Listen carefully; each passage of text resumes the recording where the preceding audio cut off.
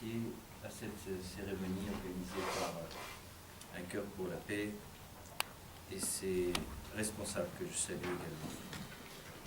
Et aussi vous prier de m'excuser si je ne pourrais pas rester aussi longtemps que je le voudrais parmi vous, puisque je dois retourner dans quelques instants tout à l'heure au Quai d'Orsay. Je voudrais, si vous le permettez, vous livrer 2 ou 3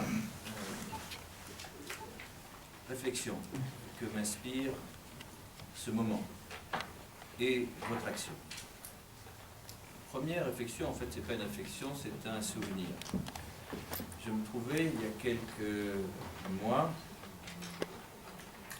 à l'occasion de l'une des 101 missions que j'ai accomplies, maintenant 4 ans et demi, comme ambassadeur en charge des droits de l'homme pour le compte de la France.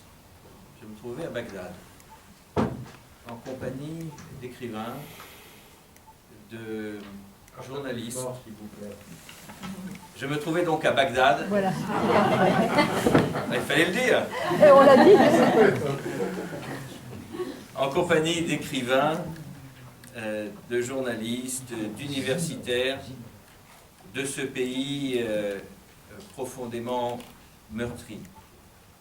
Je m'y trouvais en compagnie, dans une compagnie insolite dans ce contexte, puisque j'étais avec Serge Klarsfeld et nous présentions à ce public, à l'ambassade de France, pour la première fois, en langue arabe, les écrits de Primo Levi et d'Anne Frank. Et c'est la première fois qu'ils avaient l'occasion de débattre, d'apprendre sur cette période de l'histoire, qui n'appartient évidemment pas simplement à l'histoire juive ou européenne, mais à celle de toute l'humanité. Durant toute la soirée, 4 heures de débat, pas une fois les mots Palestine ou Israël n'ont été prononcés. Le public était passionné et en partant, un des universitaires irakiens m'a dit, vous savez, c'était pour nous passionnant de pouvoir nous arrêter dans cette ville où la vie est si difficile, si dangereuse. Il y avait eu 500 morts dans les 2 mois précédents dans des attentats. C'est pour nous un luxe extraordinaire que de pouvoir nous arrêter et parler entre nous, entre intellectuels, avec des intellectuels ou des personnalités qui viennent de loin, parler d'histoire. Et il y a un luxe que nous ne pouvons pas nous payer, nous, Irakiens. Pas encore. Et nous n'avons pas eu l'occasion de le faire depuis au moins 30 ans. C'est de nous pencher sur notre propre histoire. Et d'exercer sur cette propre histoire, évidemment, une part d'esprit critique. Quitte à en revisiter, comme vous l'avez si bien fait dans le village de l'Allemand, sa part d'ombre.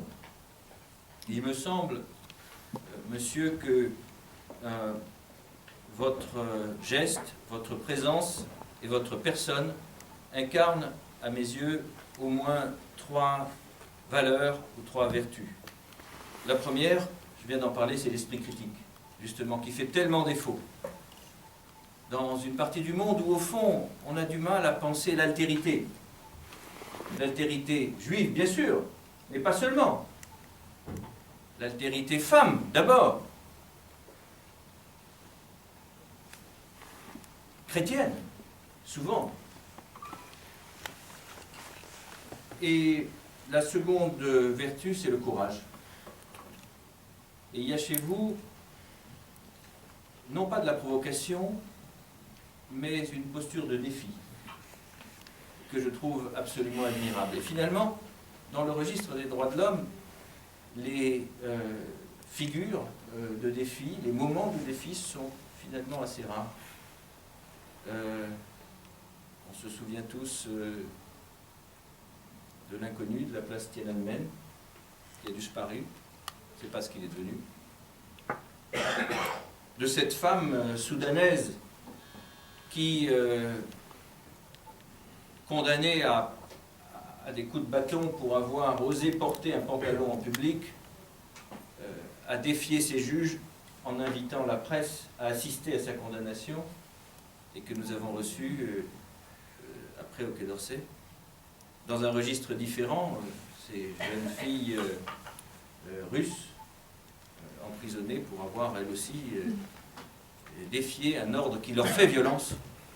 Bref, il y a chez vous non pas de la provocation, mais simplement cette forme de résistance, de défi obstinée, extrêmement courageuse, que je voulais saluer.